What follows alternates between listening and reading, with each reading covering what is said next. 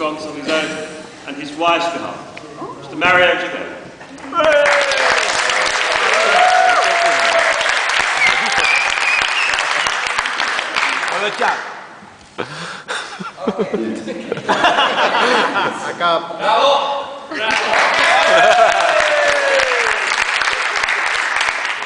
Ladies and gentlemen,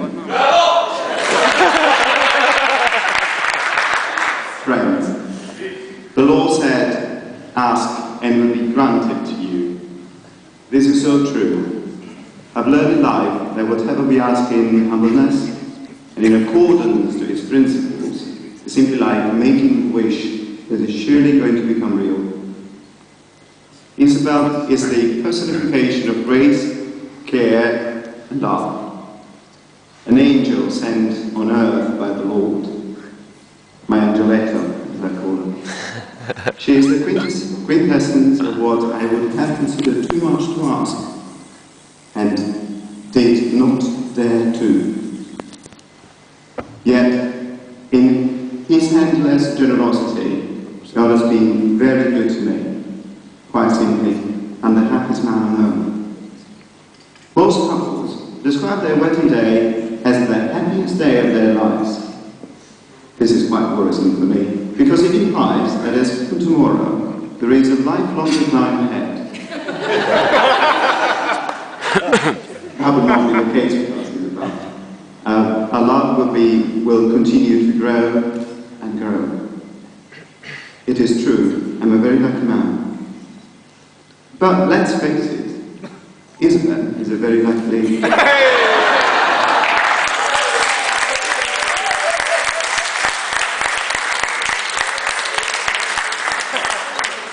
Not because of me, though I suppose she could have done nice works.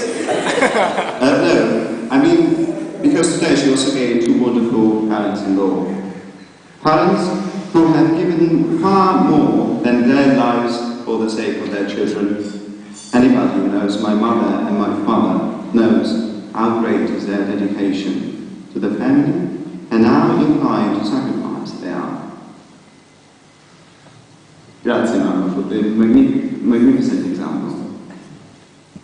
A special part of my speech and a special place in my heart have been dedicated to my mother-in-law, or for an Italian, my new mother, even though she might most simply be mistaken for my younger sister.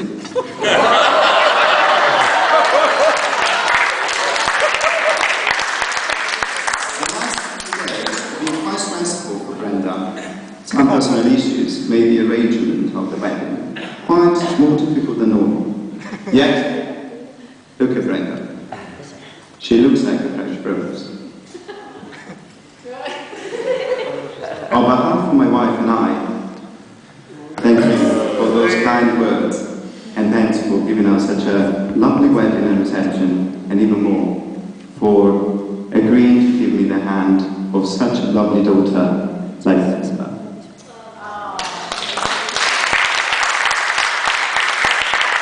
And I really must thank you all for your presence, in both senses of the word.